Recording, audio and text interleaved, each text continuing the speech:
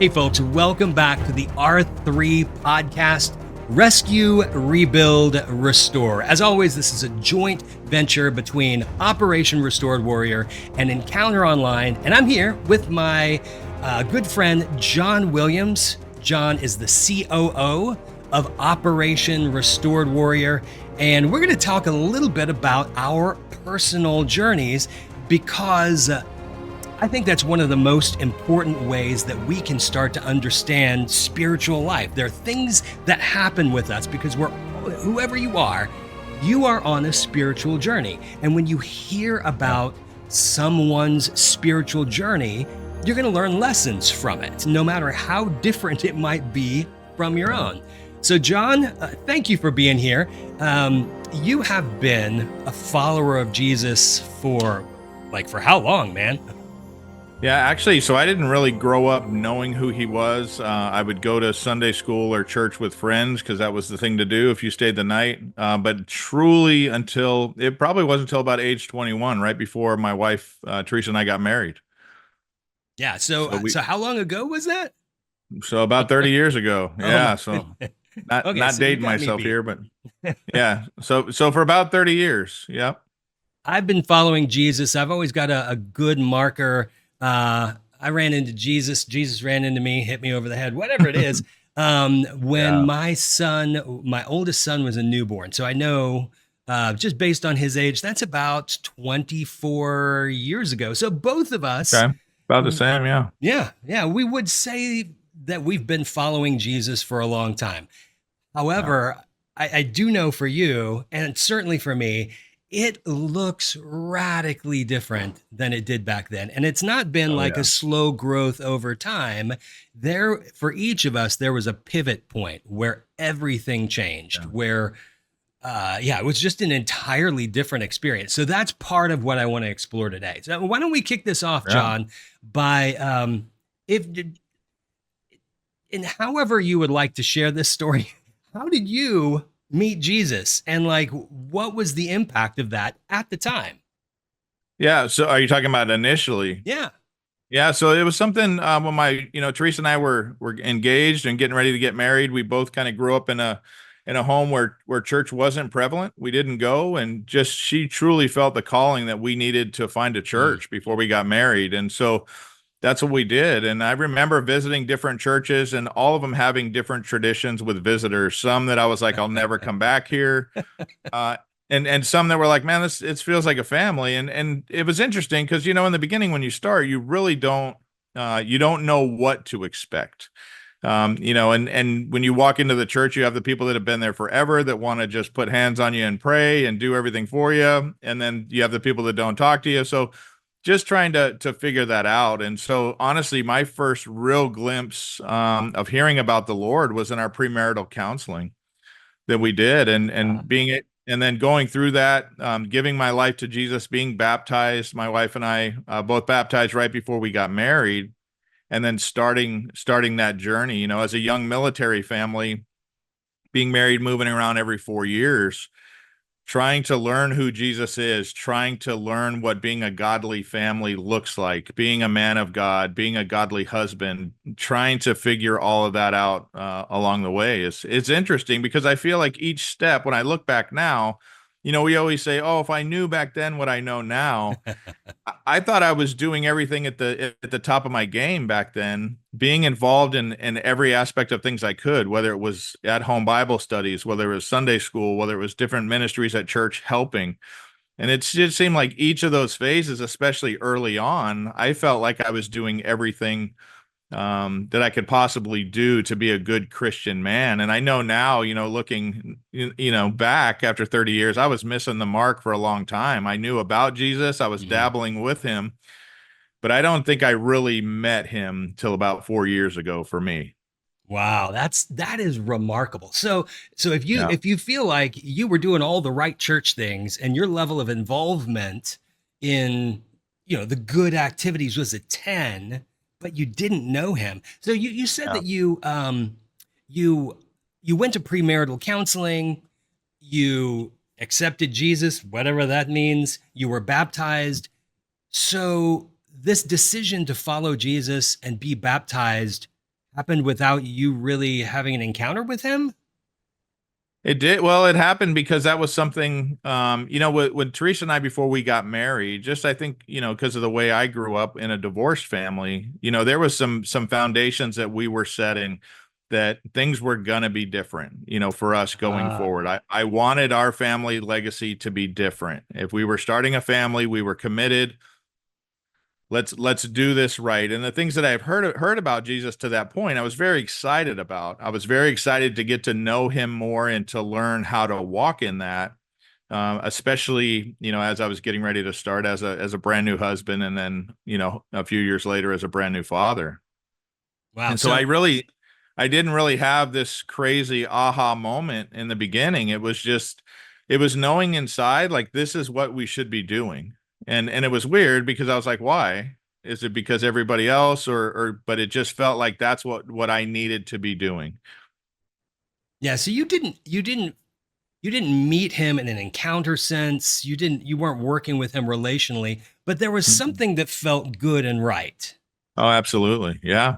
Right on, right on. Yeah. Well, my story is very different, but there's some serious similarities in that I met Jesus.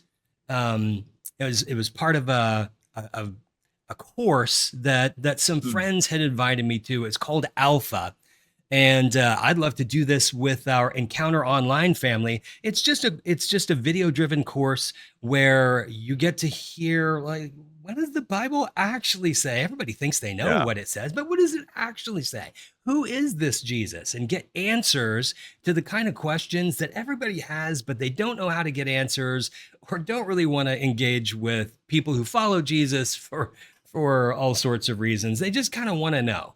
And Yeah. in the course of that, I was like, wow, I buy this. I really believe this Jesus is real, and Yeah. it makes sense based on this evidence, but also in the evidence of, like, the people who followed him that I were around. Now, I understand that a lot of people uh, would look at followers of Jesus and go, like, that is the last thing that I want to be like. But I Mm. happened to be with some followers of Jesus that were just full of life and Oh, that's joy awesome. and peace Yeah. and kindness.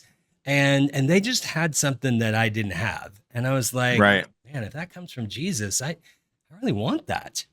And so Yeah. I made a decision to follow Jesus. I prayed, I spoke to him the best that I knew how. And I did have an experience at that time. I Hmm. experienced a peace that came, not just that endured, but just something that, like, hit me. That's like, oh wow, that's something. And then joy, and Yeah. it's not like humor. It's not like happiness. It's just this. There's no other word but joy, bigger than Yeah. happiness, welling up within me to the point that I was just laughing. Not like hysterical knee slap or laugh, but just like this pleasant bubbling up overflow Yeah. of joy. That's Um, awesome. Yeah. but after that, I didn't really know what to do. I had somebody who mentored me a little bit, but then it turns out that I moved, and I was like you. I like, if this is true, I did grasp something that I think both of us grasp. If this Jesus dude is for real, then there's nothing more important. Right. Like, Yeah. he's either not real and it doesn't really matter, or he's real and it's the most important thing. The one thing that he's not is kind of a useful accessory. So I Yeah. was like you, I'm all in. And I started serving. I actually went into ministry as a career. I worked in churches for 20 some odd years, and then um, doing independent media Christian stuff my whole life. Oh, My wow. whole career and ministry has been working in churches or for churches or creating Christian content of some sort. And it has been a rewarding and satisfying journey. And at the same time, I share the same thing that you did. I don't know that I really met Jesus Right. until a few years ago. Well, it's interesting. You talked about mentors and being around those people that are just full of life. And when I look back now, I think at the time I didn't feel like I'd met Jesus. But when I truly look back on some of those people that were my early mentors, Hmm. I definitely can see where Jesus was in that. A big thing Yeah. when we first got married, we started doing a at-home Bible study with some other people, other young couples. But we always had there's an older gentleman. His name was Andy, that was kind of the mentor of the group that would come in and I would say, well, I think this verse means this, and he would say, well, it's a good swing, but here's what it really truly means, and here's what God wants for your life. And him and his wife were just phenomenal mentors to us young couples. And so, for us, we got involved with, in that aspect of it. And then also once we had children, involved in the church aspect with the nursery and the children's studies and the whole deal. And just seeing God at work, knowing that, this is definitely a staple for us. It's something that, um, it's like you said, it's not like it's just something we do on the weekends. No, this has Yeah. to be the center point of what we do, and that some of the struggles that come with it. Because I feel like at times early on, I would make great strides, and then there was times when I'd feel like, man, I'm completely lost in the sauce with Yeah. how to be a Christian man and a leader. And it's interesting as you move around, and I look back at the different churches we attended, and they're all different in their own way, and there's something that's interesting about moving into a church or coming to a church that's got a foundational group of people that grew up there and they all grew up together and trying to fit in. But for us, just in that growth of it, especially with our kids and doing, we've always done, I can't think of a time back that we have never done in-home Bible study, that my Oh, wife and I wow. have not either hosted it or with other couples and other groups, even doing different studies with all the, where the kids would come in the nursery and we'd put all our kids together. You're around like-minded adults. Everybody's got the same age group of kids. And so for us, I can't remember a time that we haven't been doing those. So Wow.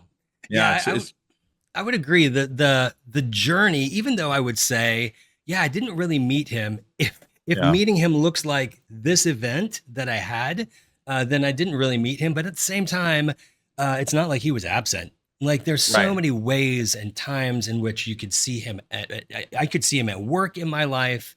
I had confirmation that no, this is real. And Yeah. I certainly saw transformed lives. I experienced seasons of guidance and Yeah. assistance. But man, there was something missing. Um, It's interesting when you talk about meeting him and just what you said. It's pretty powerful because I say 4 years ago I met him, but you're 100% correct because I can go back into every phase of my life and see where he was active. And I yeah, truly believe as a young believer, I didn't know what meeting Jesus truly meant. I thought I was meeting Jesus because I was reading the scripture, because we were doing the studies. We were seeing the blessings that were coming upon our family from tithing when I didn't think we had it to tithe and just to oh see yeah, those yeah, blessings. And so all the different blessings in our lives and the things that were, man, couldn't come from anywhere else. So we knew it was from Jesus. We knew it was from having that faith that he would come through. And I think as I've grown as a believer, when we talk about meeting Jesus, a lot of people have that I'm at the bottom. We see it with ORW where guys are at the bottom encounter. This is where I met Jesus. It shook my life. So it was interesting for me because I feel like I kind of slow rolled into it. And in each phase, as I look back as a baby Christian and walking this out, I can see where he was in each of those phases. I can tell you what it felt like to be walking with him in those phases. And then, as like I said about 4 years ago, to truly what I think was my encounter moment, my meeting him, the pivot for me to take it to the next level. I feel like he was building me up right to that point to say, okay, let's go. It's time to switch to the next gear. yeah. I think there's a really important lesson in that. Um, if you are pursuing Jesus, he's pursuing you, and he was pursuing you Yeah. first. And Yep. his agenda is to love you and to bless you and to grow you and to make you more and more like him. And he's just very kind, and he's very Oh my gosh. patient. Yeah. And so when you and I say, well, I didn't meet him till then. Yeah, he really was there, but there was a point at which there was a tremendous breakthrough. And I think the reason that my heart, and I'm sure it is your heart in this as well. The reason that we want to share this is I believe that part of what took that breakthrough so long was not knowing that it was Yes, possible. absolutely. Having no one in my life who told me that it was possible, having no steps presented to be like, your Yeah. relationship with Jesus could look like this. Um, and there was just no model. So I was in church. I met a lot of great men, godly people, had lots of models Yeah. of like what does it look like to love and serve your wife and your family. Lots of good stuff. Yeah. I would not say though that I had anything that I could call a spiritual father. Hmm. I would not say that I had anyone who discipled me beyond this is what the Bible says and what the Bible means. That's what discipleship was, I Yeah. thought. Um, and Yeah, I agree with that. so, Wild at Heart is a book that in ORW we reference, we have everybody read it. It's an incredible book by John Eldredge. If somehow someone's watching this and hasn't read that book, run to get yourself a copy of Wild at Heart. It talks Yeah. about one of the things it talks about is specifically related to men, but I think uh, that this is in particular germane to the whole human experience. A lot of people in church, like deep into church, like me and John, deep into church, also have this nagging feeling of, is that it? Is that all there is? But you hit on a super valid point, and we talk about like maybe not having that mentor or somebody taking us to the next level. And I'll tell you, when you man, the authenticity of who we are, I look back, we talk about Jesus always been there. The times that I felt like he wasn't there, it's because I was trying to figure out how to be a good Christian man, be a good believer, but deal with the shame and the guilt and all those things that came against me in life. And so I'll be completely honest. I know for the first few years in church with me, it was more about putting on this pose that I was doing Yeah. everything I was doing right than being completely honest. Talking about, I was talking about it this Sunday in church with temptation and faith. And, how phenomenal would it be to be able to go to a church as a new believer and just turn to the people next to you in the chairs or the pews that you have no idea who they are and say, I am completely struggling with this temptation today. Could you pray for me or help me get through it? And not be looked at like you had two heads or like, hey, this guy doesn't need to be here. And so I think for me too, I hindered that walk looking back because I was trying to deal with things in my life, whether it was unforgiveness, whether it was hatred, shame, fear, whatever it was, that truly I thought, okay, as long as I put on this good show that I'm doing it right, that I'm in, oh man, he's even doing a Bible study. He helps out here at the Sound. And so I look back now and it's the same thing. There's been times when I'm like, where was Jesus in that? And he's right where I left him. Right. Same thing when I think about my mentors. I remember, like you're talking about, I remember in church seeing certain leaders or certain men in church or family got, fathers saying, man, I wish one day I can't wait to have a faith like him. The only thing that was keeping me from having a faith like him was Mhm. me not at, addressing the situations that I was dealing with or being honest with myself, I would say as it is, as I got started early in church, it was mainly a place to go to be accepted to and not deal with those issues I had. So when we talk about those mentors, I look back now and I'm like, man, I want to call these people up and talk to them and just say, hey, thanks for what you taught me. And it's the same thing when I talk with Jesus now that I get these lessons, man, he tried to show me these years ago. And he is steady and he was right where I left him, if you will, Yeah. until I came back to get him. So Well, we've had a good long warm up into like, well, what was it before? yeah. We've framed this story in before and after terms. Let's Yeah. talk about what this breakthrough moment was for each of us. It looked very different for both of us, but again, Yeah. very, very much in common. What about you, John? 20 some odd year follower of Jesus, doing all the right Jesus things and right Mm. Jesus activities.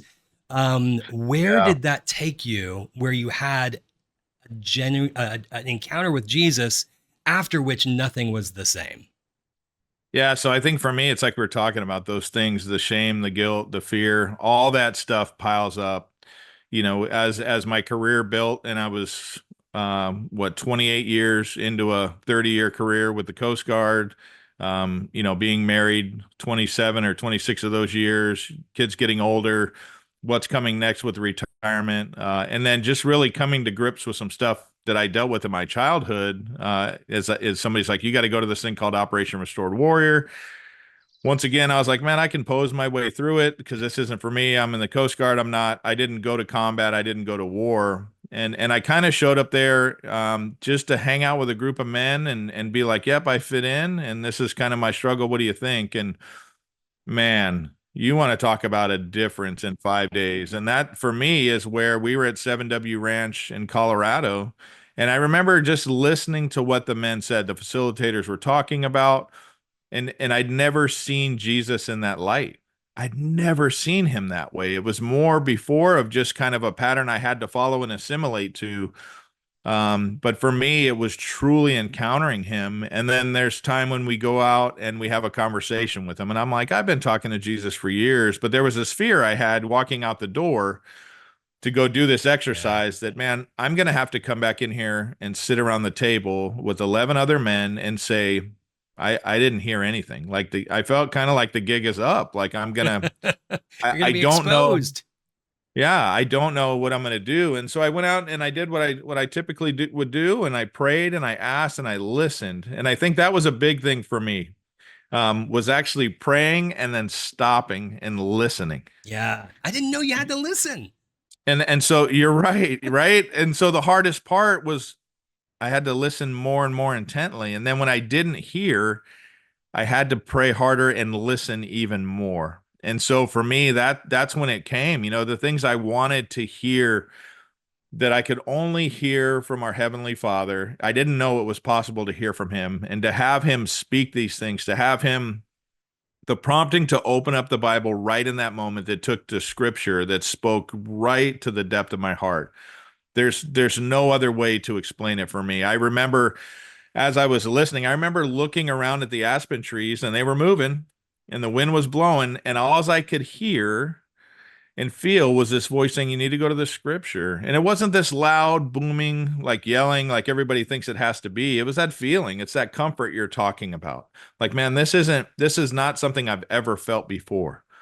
And I just felt him take me to these different scriptures. It spoke directly to my heart. And then I went from having that fear of going out and encountering him and coming back with nothing to show for it to I couldn't wait to get back inside and be the first one to talk. And I get pretty emotional when I talk about Jesus or I talk about my family. It it happened. And I remember that day like it was yesterday. It's like when your kids are born. There's is that feeling of that emotion. And then to have to think all these years he was there and to finally hear it. So for me, that was a very pivotal moment. And then to go back around men that had been walking with Jesus that had been encountering this as well, for them to say that's exactly what happened. Not that I needed their validation, but for them to say, yes, this is what we were talking about, that mentorship piece. And so Yeah. that was July of 2020. I know you were there for that weekend as well. And man, that was an extremely pivotal point for me in my walk in my relationship with Jesus. Yeah, I was there. And what's interesting to me is I was there as a filmmaker. Yeah. I was involved in creating a documentary series called Kingdom Life that just talked about the fact that um, Jesus, the Holy Spirit, God still involved themselves in people's lives. And Yeah.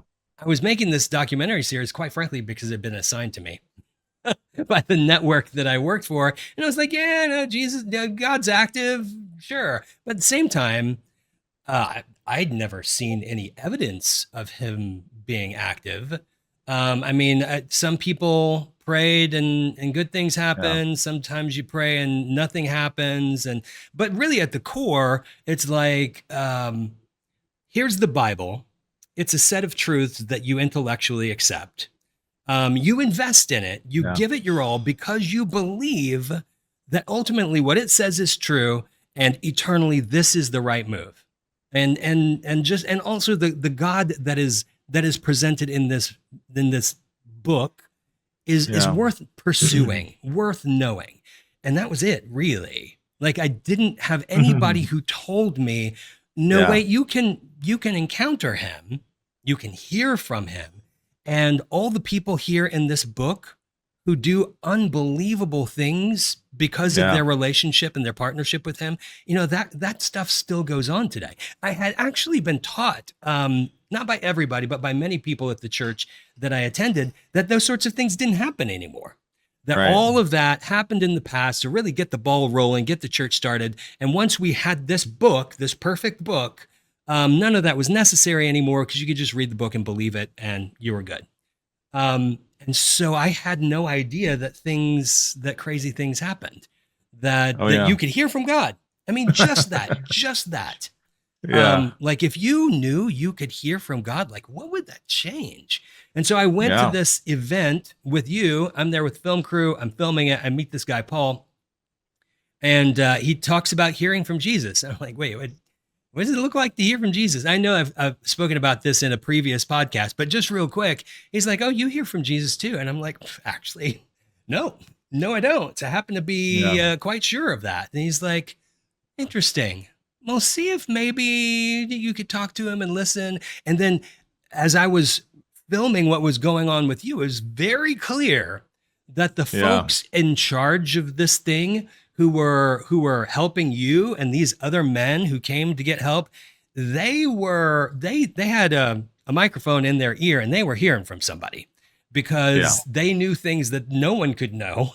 They always said the right thing. Here's the deal. It was all supernatural. I know that sounds Yeah. weird and woo woo, but it was supernatural, and that's what for me when I had that John Eldridge wild at heart feeling where you're sitting there in church, you're doing all the right things, you're believing all the right things, and yet something deep within you goes, "Is that all there is?"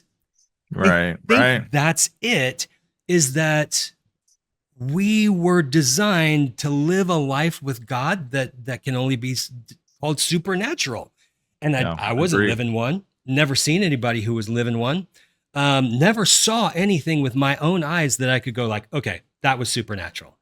Right. And then I step into this world where it's like, oh wait, you can hear from him, and Yeah. like that dude was a train wreck, and he was shut down, and he comes out of this room after spending 2 hours in it with these guys, and I don't know what they did in there, but this is not the same guy. There's a light in his eyes, and his Yeah. body is not even the same shape, and everything has changed.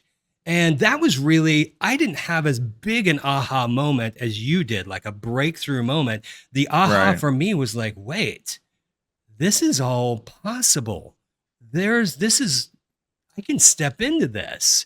And so Yeah. I went on a journey of um, pursuing conversation with God, meeting people who could mentor me in that, and continuing to get more and more deeply involved in Operation Restored Warrior, which is the first place I saw Yeah. this stuff happening. And a huge breakthrough for me was when I went to my own drop zone experience, not to film it, but to participate in it. That's right. Um, I had some pretty profoundly supernatural experiences happen. Yeah. I had a guy who told me about there's this issue of core memories, moments in our lives where we're deeply wounded. Every single person has them. If you have no idea what I'm Yeah. talking about, you heard what I just said, and you know what that moment is for you.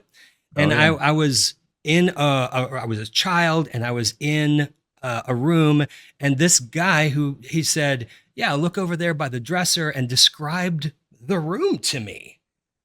And it's not something you can Google. Uh, Right.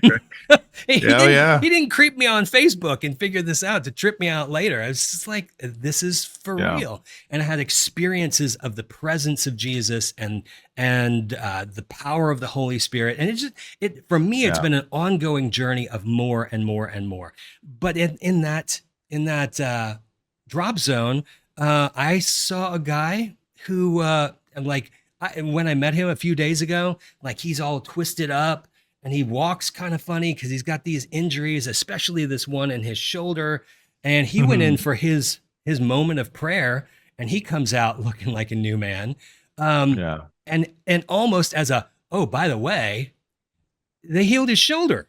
Like he didn't say, oh, please heal my shoulder. One of the guys was like, I feel like Jesus is saying he wants to heal your shoulder, and just did it, and it was healed. But for this guy, that wasn't even the big deal, Yeah. because there was so much more that happened. He received a much deeper healing than some physical alterations to his shoulder. I've experienced Yeah. physical healing. I had years of nagging elbow tendonitis and plantar fasciitis, and I went to a conference and was just sort of spontaneously healed. And it's not like, was I healed or was that suggestion? I mean, this was going on in my Yeah. life for probably 6, 7 years of constant nagging pain. It was gone in an instant. It's still gone. And you It's start to go, awesome. oh, wait, all of this is for Yeah. real. That sense that you have of like, is this all there is? I don't have that anymore. I No, have an ongoing sense of this is amazing and there's more. And absolutely. so that's the main thing I'd want to communicate with you guys is yeah, there's a lot more. But to switch gears, I've been talking for a while. No, that's good. I for you, Sorry. John, there's a lot of similarities there, but one of the main things for you that was a gateway into a larger life, really, was the addressing of some internal issues. Like I went through the process. I received some really important healing, but a Yeah. lot of guys that go through the program at ORW have some really deep, profound, life Yeah. defining, crippling issues that need to be healed before any sort of life is possible. So for you, healing was a big deal. I can't really speak so much to that, but Yeah. everybody listening can have that same healing. So I want you to address that just a little bit. Yeah, absolutely. And I think a lot of what came with me keeping Jesus at arm's distance or keeping him in the book, for lack of a better term, was because of this wounding, was because of things that I had experienced in life that I was ashamed either to share or there was this fear of talking about it. I had the opportunity to serve as a helicopter rescue swimmer. I served as a special agent. And so I loved hiding behind that persona. And I had this fear in me. And the enemy had told me that as soon as people know who the real you is, you're disqualified from everything. Like people are going to look at you different. You're done. And I remember after finally hearing from Jesus and meeting him, it was like that was the moment the relationship started for him and I. And it was like, we have this, and let me show you why this doesn't disqualify you. Let me show you why you're still a son of the Most High Father and why you're so important, right? Why you are a man of integrity. And to be able to walk through that, not with a counselor, not with a mentor or another man or even my wife. It was something that I walked through that with Jesus every step of the way. And it took away every bit of it. That shame, that fear. It wasn't something that I was even conceptually, I didn't even know that could happen. I didn't realize that hey, this is an avenue to deal with every bit of this. I was just always thought, hey, I'm just going to gut it. I'm never going to share this with anybody. But man, the way it was just laid out, the way Jesus just said, look, let's get into these. Let me show you where I was in every one of those moments. And I'm like, okay, wait a minute. There were some pretty horrible things that I dealt with that I don't even want to think about. And he was like, no, let me show you where I was and why. And a lot of times we Wow. blame. we blame Jesus, we blame God for the bad things in our life because we want somebody to be able to be the fall guy and not be us. But man, to be able to walk through it in a way where there was no condemnation, to see what was truly going on, to understand the scheme of the enemy to take us out, to take me away from being the husband I was created to be, the son I was created to be, the father I was created to be. It changed everything. And there's probably nobody that could have walked me through that Yeah. except for Jesus. I know it. And it's what's awesome about it is in when this happened in July of 2020, it didn't just stop on the mountaintop. Like we walk through this every day. Like this is the continual relationship as I process and deal with things that I now have with Jesus. It's as if the Bible itself, you were talking about it before, everything's in the book, it's complete, put it away.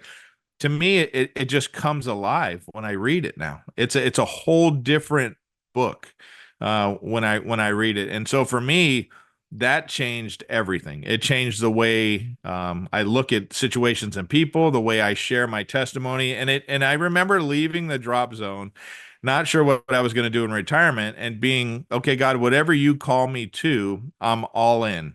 And I remember thinking, feeling like, really, all in? Are you all in? Or are you just saying that? And there was some things that I threw out in my simple mind as prerequisites that had to happen before I was all in.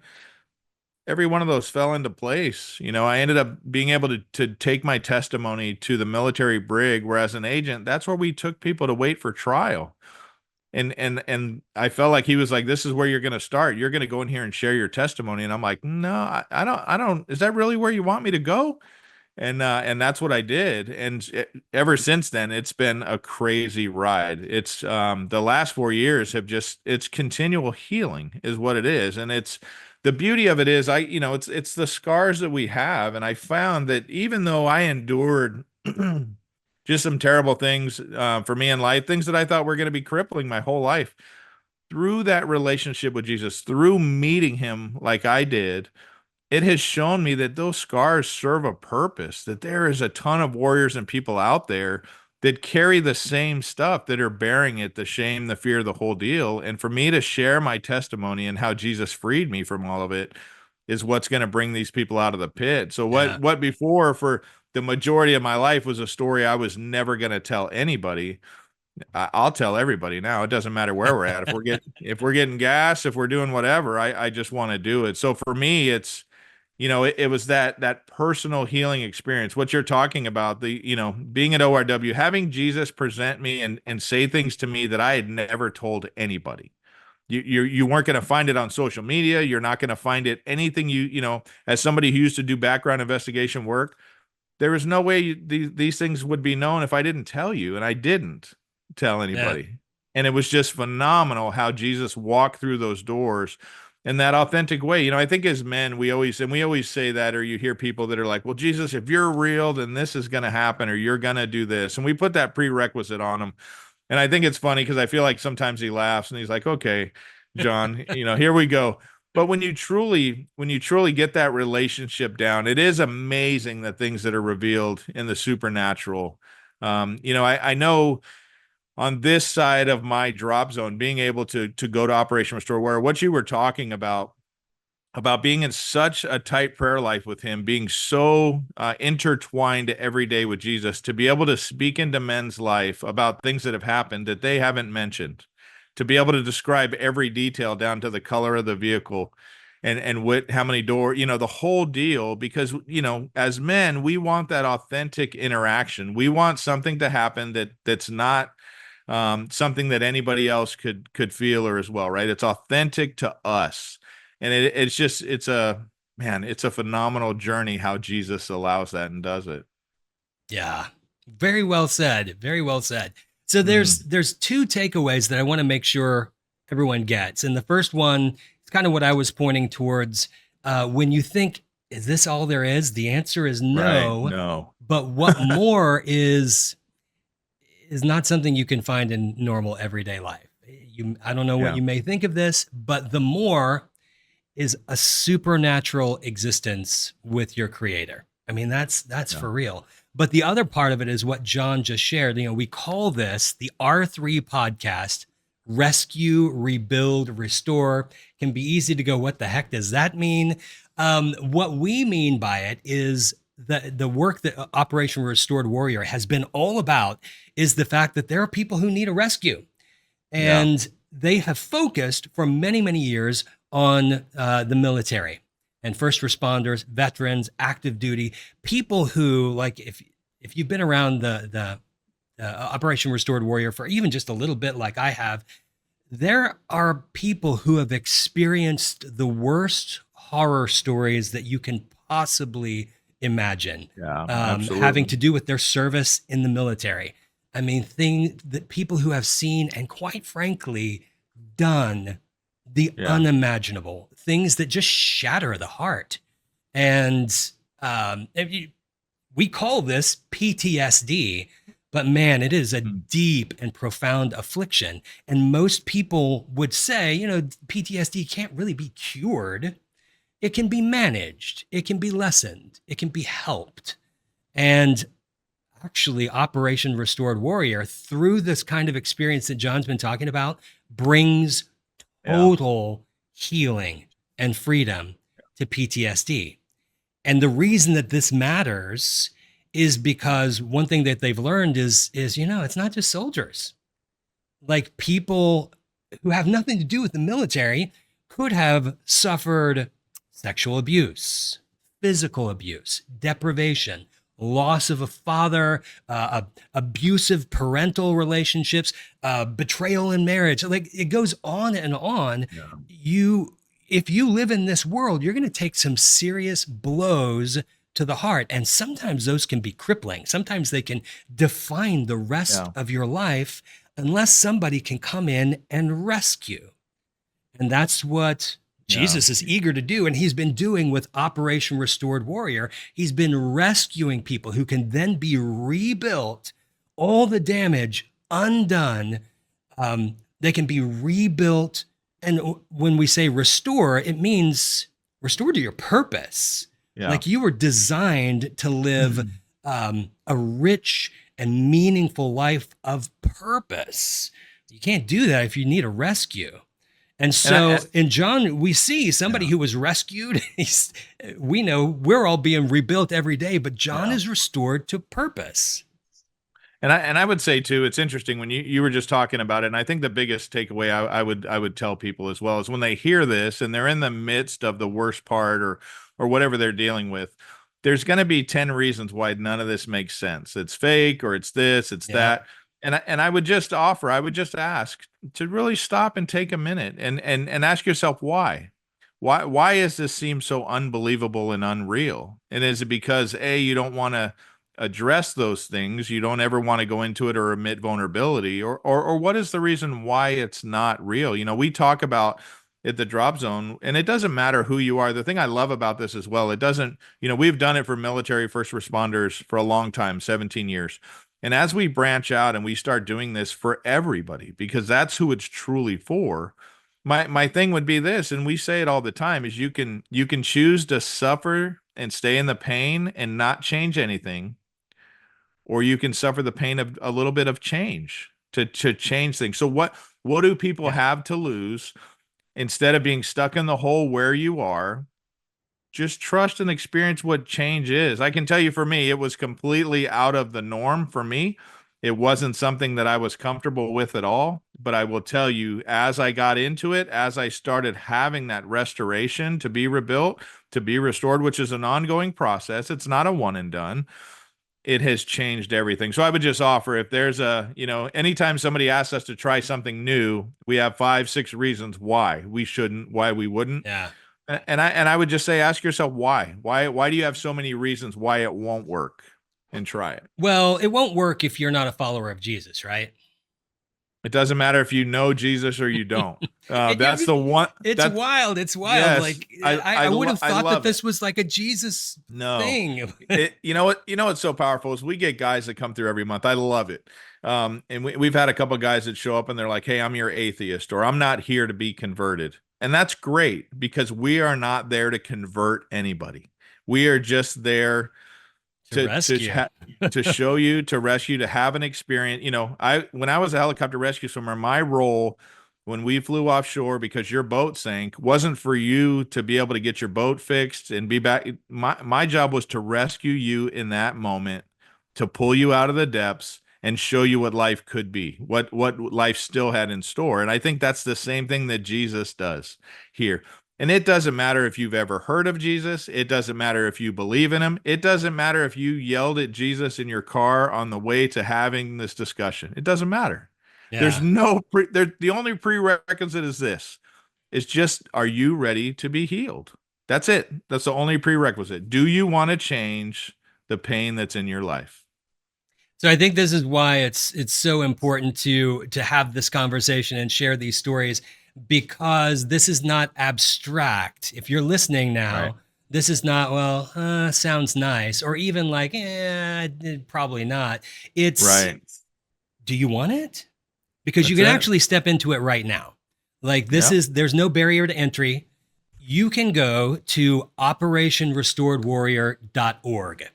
You can sign up for one of Yeah. these drop zone experiences, or you can engage in one of the online programs. It's the same program, Yeah.